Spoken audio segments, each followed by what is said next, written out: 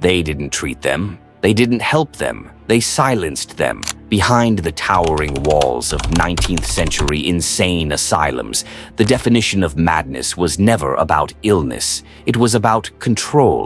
If you cried too often, you were unstable. If you rebelled, you were dangerous. And if you were a woman with opinions, you were insane. Once admitted, you didn't leave. They were stripped, restrained, shocked, starved, and experimented on in the name of care. Families were told it was for their good. Society forgot them. And the walls, they kept the secrets. But the screams never stopped. Not really. What you're about to see isn't just history. It's a haunting confession, one that was buried under decades of locked doors, missing records, and silent deaths. These weren't patients. They were victims. And when you hear what was done to them, you'll understand why. What they did in insane asylums will haunt you.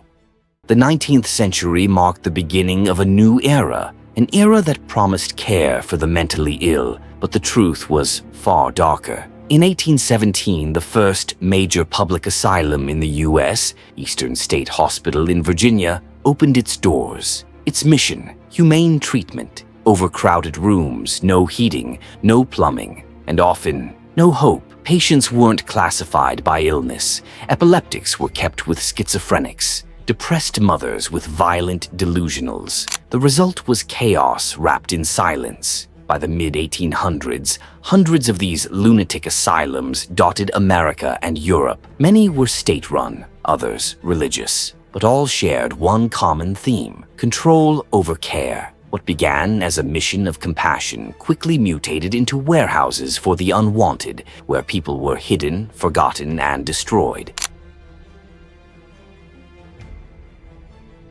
They called it protective care, but for those inside, it felt more like punishment. Patients who screamed too loud or cried too often were shackled, hands, feet, waist. Some were chained to walls for days, left to soil themselves. Others were placed in tranquilizing chairs, wooden contraptions that immobilized every limb for hours, sometimes days, under the belief that stillness would cure madness. In one infamous case at Blackwells Island Asylum in New York, a journalist named Nellie Bly went undercover in 1887. What she found was horrifying. Patients were doused in ice-cold water, beaten, fed rotten meat, denied basic human dignity. Bly's report shocked the world, but for most patients, help never came. Restraint was standard, compassion was rare.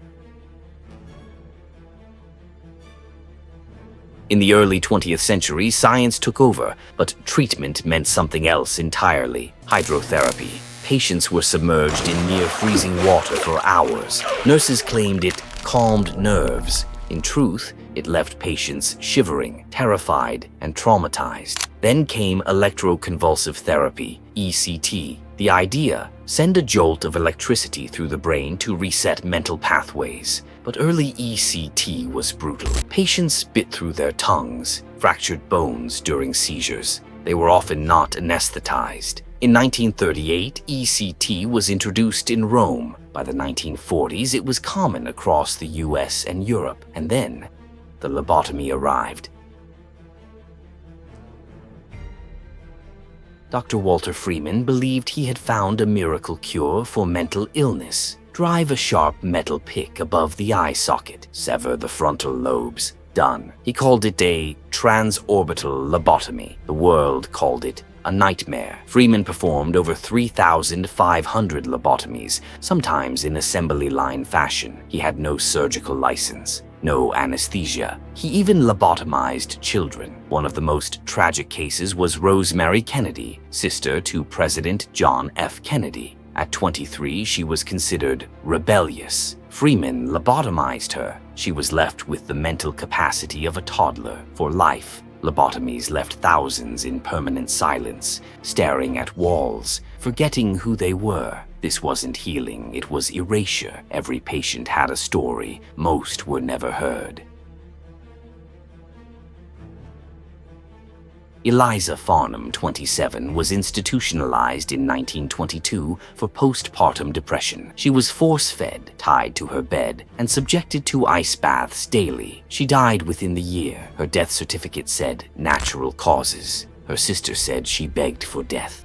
Thomas Belvoir, a British soldier, was admitted in 1919 after suffering what we now know as PTSD. At the time, they called it shell shock. His treatment involved 12 straight days of ECT. He left the asylum blind in one eye and incapable of speech. These were not madmen. They were victims of war, trauma, abuse. Their minds were fragile, but their humanity was intact until it was taken from them.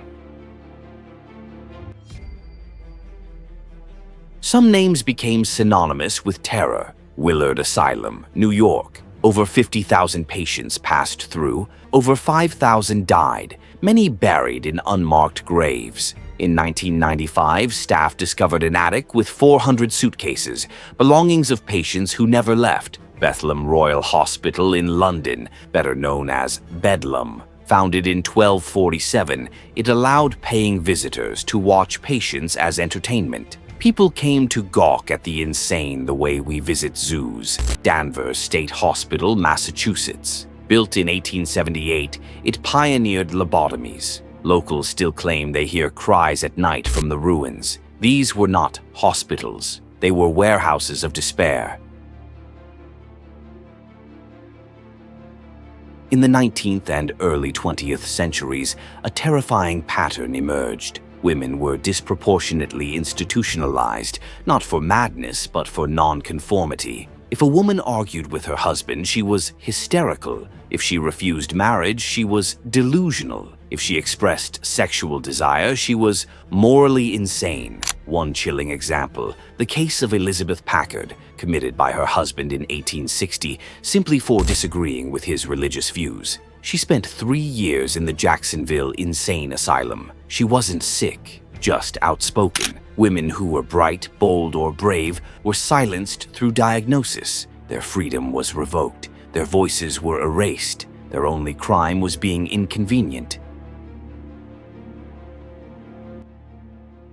What did a day look like inside these walls? Wake-up calls at dawn, cold porridge for breakfast, group silence. No personal items, no privacy, no clocks. Patients often worked, laundry, farming, repairs, without pay. It was called occupational therapy. There were no therapists, no recovery plans, only survival. Isolation was common. Patients spent weeks, even months, in padded rooms. Punishments for speaking out included solitary confinement, removal of meals, or physical discipline. They called it a hospital, but for many it was a slow-motion prison, designed to break, not build.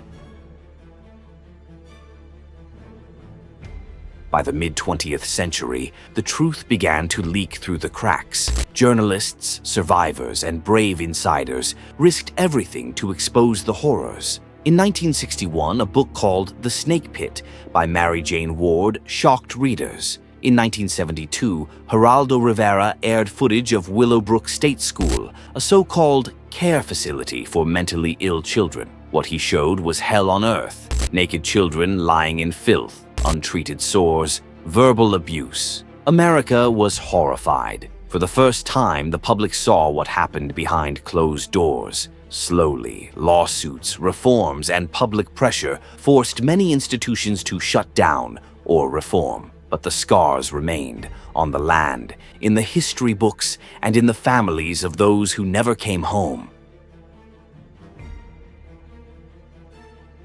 What does it mean to be sane, to be understood, to be healed? The answer, it seems, has less to do with medicine and more to do with how we choose to see one another. Insane asylums were born from fear, fear of the different, the broken, the misunderstood. But the real madness was how we treated them. Thousands died. Thousands more lived out their days as ghosts, trapped not in their minds, but in a system that never saw them as human. Their voices were stolen, but their stories remain. We owe them more than remembrance. We owe them the truth. Because the past is not gone. It breathes in the bones of every institution still standing. It cries out in every file left unopened. It waits to be heard, and now you've heard it.